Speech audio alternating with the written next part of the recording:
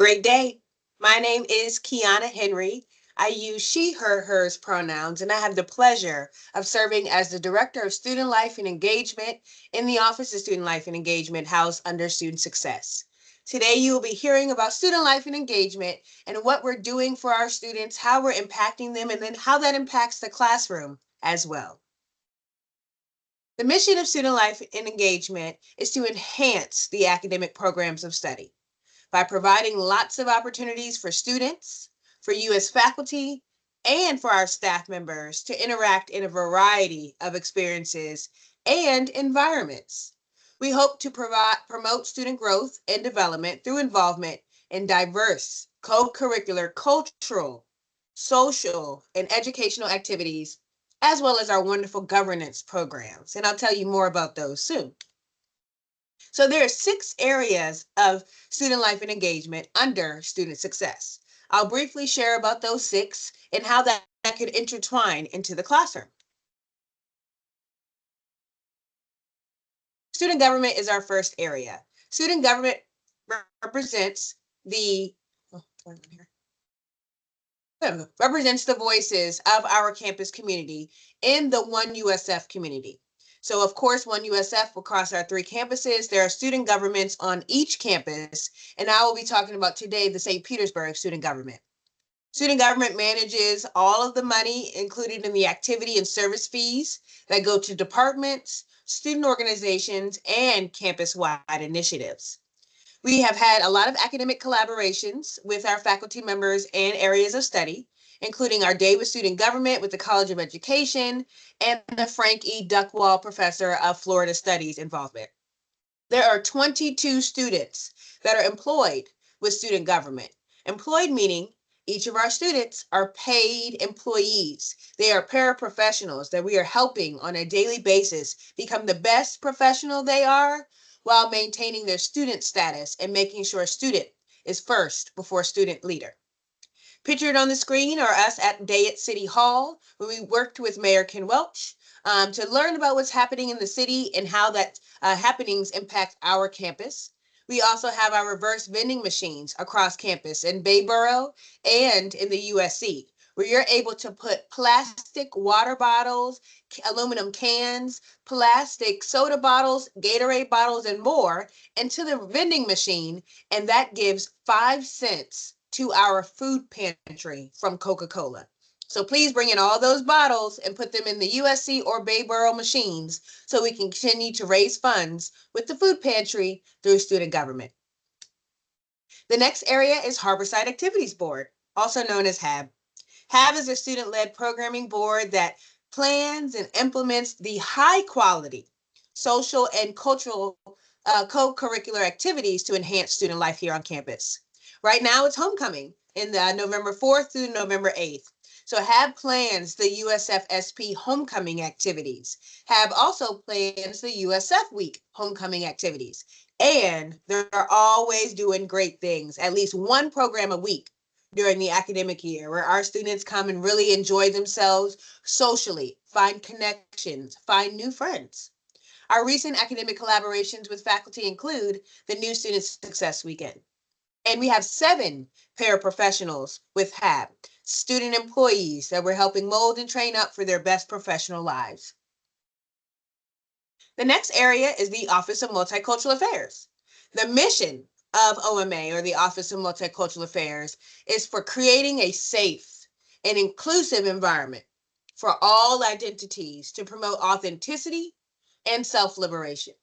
We have 6 student organizations under the Office of Multicultural Affairs that educates and trains our community and hosts lots of wonderful, purposeful programming that promote learning and self-expression. The office is funded and led by our students. Funded and led by our students. We also have 4 members of the programming board who lead the office. They are paid employees, once again, paraprofessionals. And our recent academic collaborations include the Nelson Poynter Memorial Library collaborations and the John Hope Franklin Chair of Southern History collaborations. Pictured on the screen is the wonderful St. Pete Pride Parade, that we all enjoy every June to make sure our students see themselves in and around their community. We also host numerous game nights in the top left corner you see there. And our Asian American Pacific Islander Association hosts a phenomenal Lunar New Year event every year. And you see some of that fun in the top right-hand corner there from that event. The next area is the Office of Leadership and Student Organizations, or LSO for short. LSO seeks to empower students to enhance their aptitude as leaders and understand how they can make a difference, whether it's in a position or just being a participant in a group or community awareness activity. They, of course, support and manage all 65 plus active student organizations here at the University of South Florida, St. Petersburg. They host programs throughout the year that really hone in on leadership opportunities and how to be the best leader that you can. And our recent academic collaborations continue to include the Bishop Center for Ethical Leadership. Right now, we have one paraprofessional working with us, and we can't wait to have them do a lot with our unbelievable spring break program that happens every March, where we take students to do community service opportunities throughout the area of the world. And this year, we're going to Savannah, Georgia during spring break in March. Pictured on the screen is our Get On Board Days, which is an LSO signature event where we have the entire campus come on out and talk to all 65 plus student orgs and all 20 plus programming departments on how they can continue to make their mark on campus, find their community and their circles, and make their lasting legacy at this beautiful campus. The next area is Crow's Nest. Crow's Nest is our student-led newspaper reporting on current USF SP and One USF hot topics. So recent academic collaborations include and will continue to be with the Department of Journalism and Digital Communications. We have 12 Crow's Nest student employees on staff, and they work very hard all year long to make sure you all have the news that you need. And then our last area is the Rocky Mascot Program. So the Rocky Mascot Program launched in April 2023. So our Rocky is new to campus, and it is a student employment opportunity. So the goal of the program is simple as that, to increase school spirit and the love that you have for this beautiful institution of USFSP.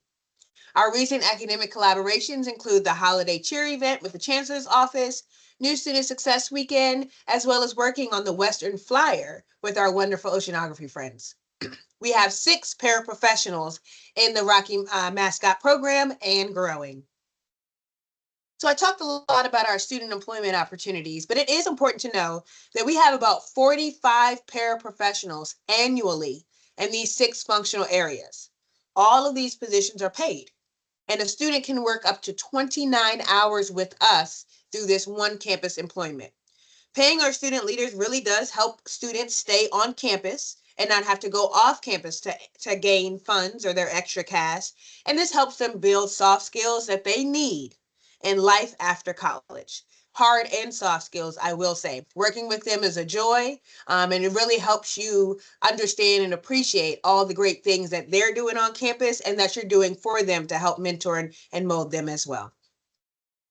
So how do students use student life and engagement? Well, students come here daily to ask about how to start a new organization. You know, I'm seeing these great student organizations, but I want to create an organization about this, or I want to talk to someone about this organization type. They also can receive funding for new or returning organizations through our student government activity and service fee process.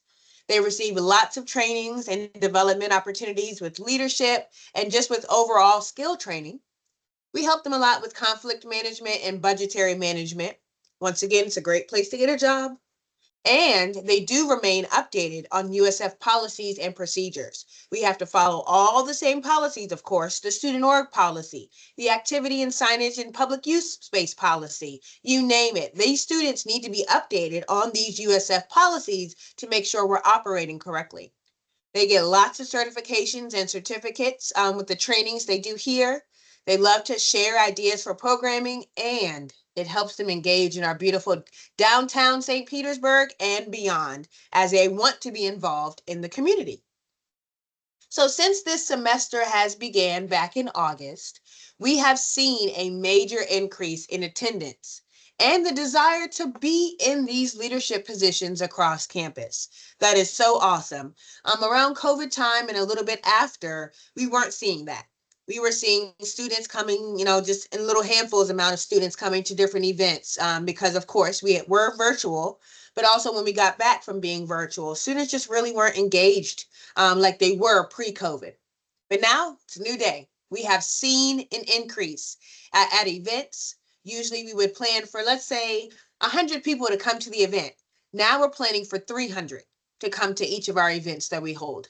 And they want to be in these leadership positions. They want to gain these skills that they need for life after college. And they want to be able to hold and make decisions for our campus. Students are ready to be immersed in social, cultural, recreational, and governance programs since COVID-19. Getting into a little bit of our competencies, Student Life and Engagement uses the National Association for Campus Activities competencies for campus activities professionals as a guiding framework for professional development to be utilized, of course, in conjunction with the competencies for diversity and inclusion. There are 4 main domains in these, which include developing our organizations that we have on campus and developing their advisors. Before, every student organization needed to have an advisor. So that was a faculty or staff member that would help the organization with its needs.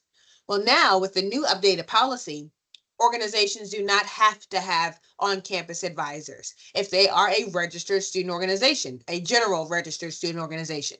But we still need to make sure that they have what they need in the advisor capacity. So we would love for our faculty members to step into those advising roles, and we use the core competencies to make sure you as the advisor has what you need to advise your group. Of course, program and event management, making sure our initiatives and our programs are tip top.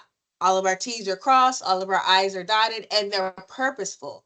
Also, how to manage those programs, how to assess those programs, and seeing what we could do differently, or even if we need to do the program anymore.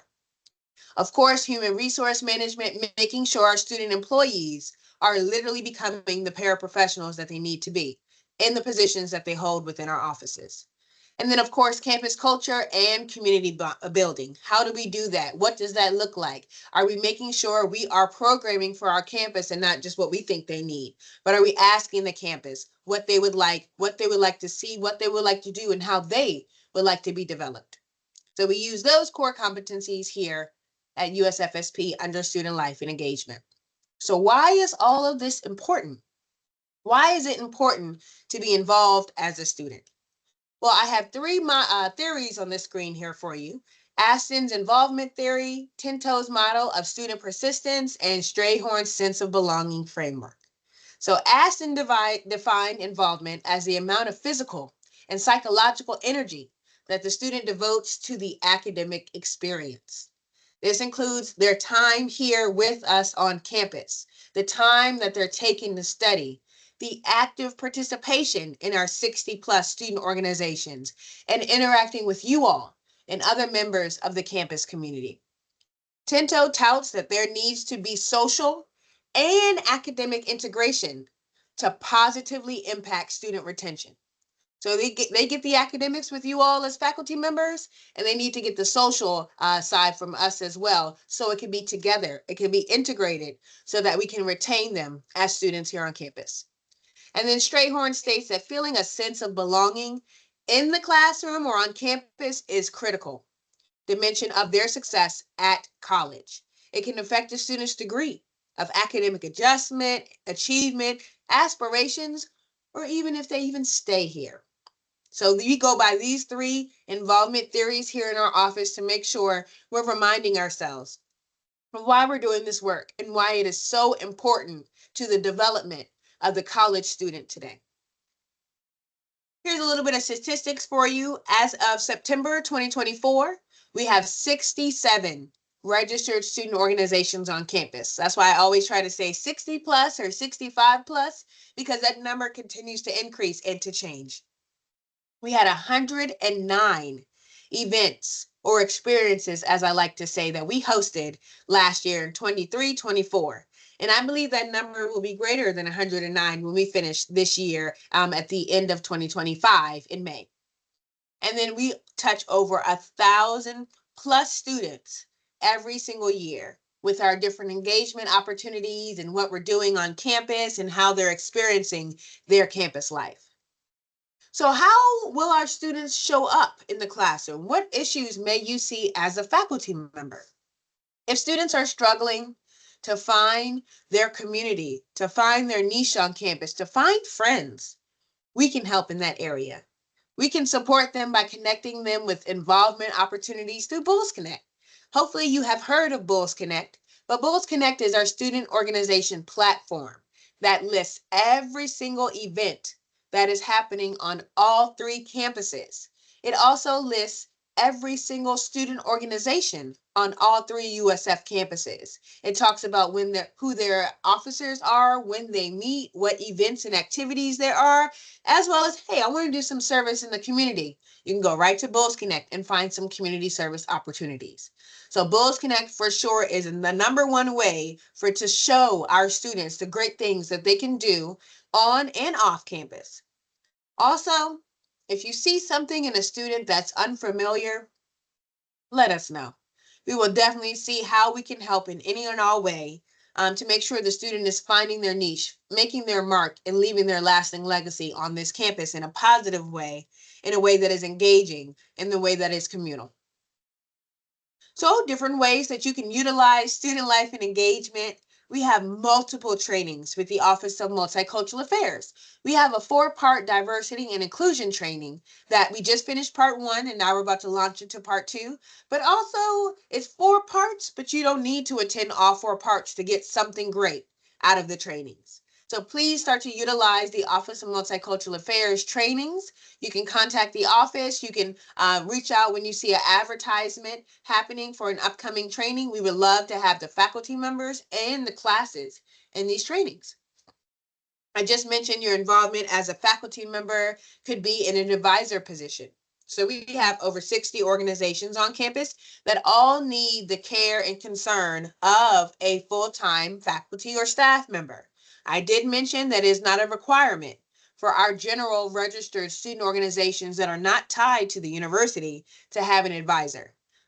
But they do want an advisor. Our students still are asking for faculty or staff advisors because they want that extra person to help them with brainstorming, to help them with problems that they aren't able to solve immediately on their own. We do want advisors and we hope you would consider it. Also, we can advocate for students to be involved. As I've been mentioning the whole time here on this PowerPoint and presentation, students should get involved. I've already told you why and how, but we will be those extra advocates for you to help advocate around campus. So, of course, we all love a great planner. So student government actually creates and issues out daily planners. I have one here where I use every single day, but it is a USF issued planner with lots of important dates on each day, different things going on, including when midterms and final exams are, when study center week is, when there's football games, when the university is closed, when daylight saving time ends, you name it. It's in this planner that they get for free. They don't have to go to their local store and buy a expensive planner to keep their lives organized. Student government gives that for free. So if you're ever interested for a class to receive those planners, those daily planners, let student government know and we'll get you over a box of planners. Of course, you can contribute with the Crow's Nest with things you want to know from students. So our students are always bringing up great topics to share with the campus. If you know of any topics that would be greatly shared with our campus, please let us know with Crow's Nest. We will absolutely put that into the paper and let our students know what they need to know from the faculty perspective. Bring SLE into the classroom.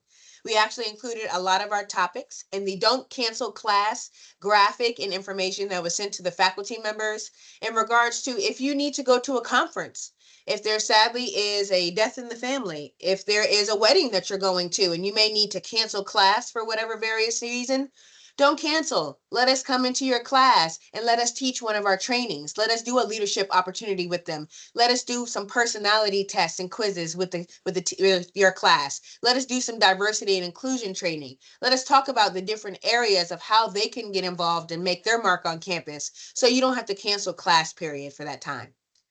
As well as Student Life and Engagement has a large poster printer. If you want to print large posters for your class, we are the place to come. We absolutely do that. They are large posters on our huge poster printer, and we are definitely willing to work with you to make sure you have what you need for your classes. Another way to contact us, if you are interested in learning more, my name is on the screen there along with my email. You can visit us in the Student Life Center, the Judy Ginshaft Student Life Center. All of our student life and engagement areas, minus Crow's Nest, is in the Student Life Center. Crow's Nest is housed in the Peter Rudy Wallace building. But my email is there. I would love to talk with you all. I also want to give a shout out to my staff. The top picture there, we have Abigail on the left, we have Kyle, we have myself, we have Casey, and we have Janice all the way to the right. Those are your professional staff and student life and engagement serving the needs of our students on a daily, hourly, minute, and second basis.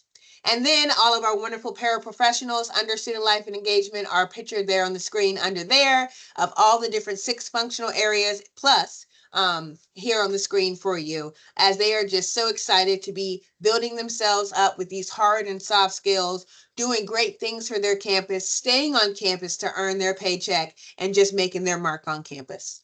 Thank you so much for listening today. I appreciate you. And once again, you can find Student Life and Engagement in the Judy Ginshaft Student Life Center. Have a great day.